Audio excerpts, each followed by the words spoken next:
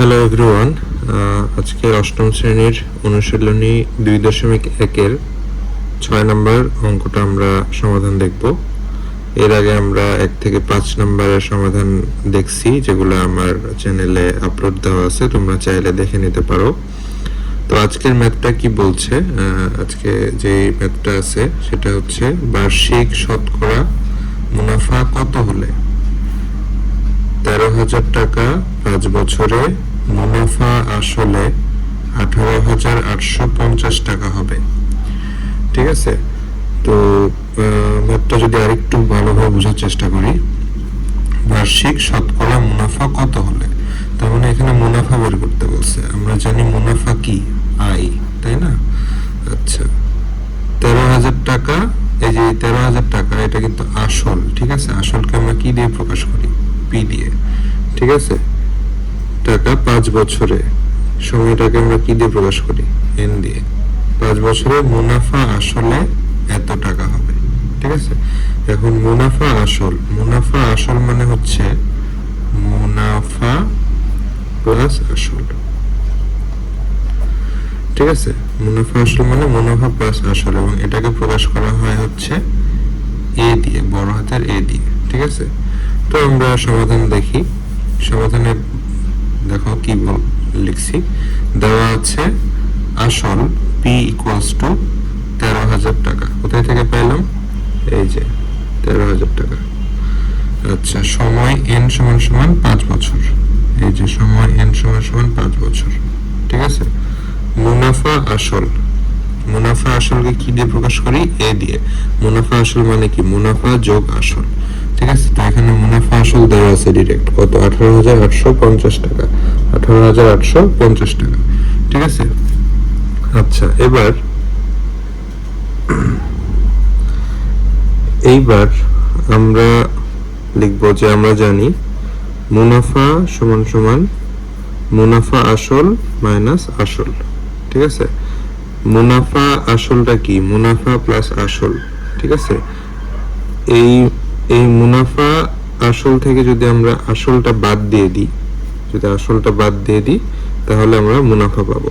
ঠিক আছে, আচ্ছা দেখো, তাহলে মুনাফা আয় সমান সমান মুনাফা আসল মাইনাস আসল। তাহলে মুনাফা আসল কত? 18,850 মাইনাস আসল কত? 13,000। তাহলে এটা যদি বিয়োগ করা হয় তাহলে কত পাই? 5,850 টাকা। এটা হচ্ছে মুনাফা। ঠিক আছে, আচ্ছা, মুনাফা বের হলো। এবার আমাদের কাছে কি কি আছে? এবার আমাদের কাছে আছে হচ্ছে আসল আছে, তারপরে আছে হচ্ছে মুনাফা, যেটা যে এখান থেকে পাইলাম, মুনাফা আছে, তারপরে এন আছে মানে সময় আছে, আর আমাদেরকে বের করতে হবে কি? মুনাফার হার। এই যে দেখো, শতকরা মুনাফা কত হলে, শতকরা মুনাফা মানেই হচ্ছে মুনাফার হার। ঠিক আছে, তার মানে আমাদের আর কে বের করতে হবে। ঠিক আছে, তো আমরা আরেকটা সূত্র জানি, মুনাফার আরেকটা সূত্র আমরা জানি, সেটা হচ্ছে I is equals to PNR। ঠিক আছে, যেখানে I হচ্ছে মুনাফা, P হচ্ছে আসল, N হচ্ছে সময়, আর R হচ্ছে মুনাফার হার।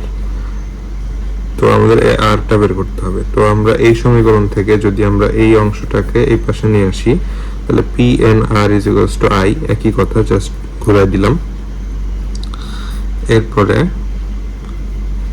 তাহলে এখান থেকে যদি আমি আর বের করতে চাই, তাহলে আর কে আমি এই পাশে রাখলাম, রেখে সমান সমান দিলাম, তাহলে এই পাশে আই উপরে চলে যাবে, আর পি আর এন হচ্ছে নিচে চলে আসবে। ঠিক আছে, যেহেতু আমরা হার বের করছি, মুনাফার হার, সেজন্য এটাকে আমরা 100 দিয়ে গুণ করব, 100% দিয়ে গুণ করব।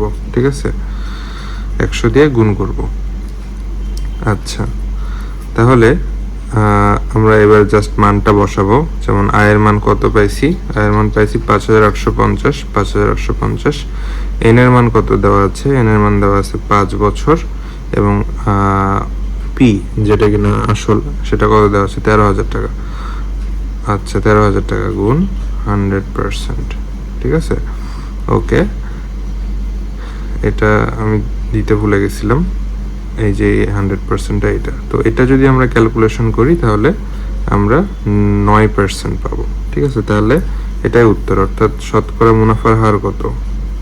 শতকরা মুনাফার হার হচ্ছে 9%। ঠিক আছে, তাহলে শতকরা মুনাফার হার যদি নির্ণয় করতে বলে, তার মানে শতকরা মুনাফা থাকলে বুঝতে হবে সেখানে মুনাফার হার বের করতে বলছে। ঠিক আছে, তো এই কয়েকটা ম্যাথ আরো সামনে কয়েকটা আছে, এগুলা প্র্যাকটিস করলে আমাদের এই টপিকটা কমপ্লিট হয়ে যাবে এবং এটা অনেক ইম্পর্টেন্ট একটা টপিক। আশা করি তোমরা অঙ্কগুলা তুলবা, প্র্যাকটিস করবা। আর সামনের কোনো ভিডিওতে আমরা 7 নাম্বার ম্যাথটা দেখবো। আজকে এই পর্যন্তই। ধন্যবাদ সবাইকে।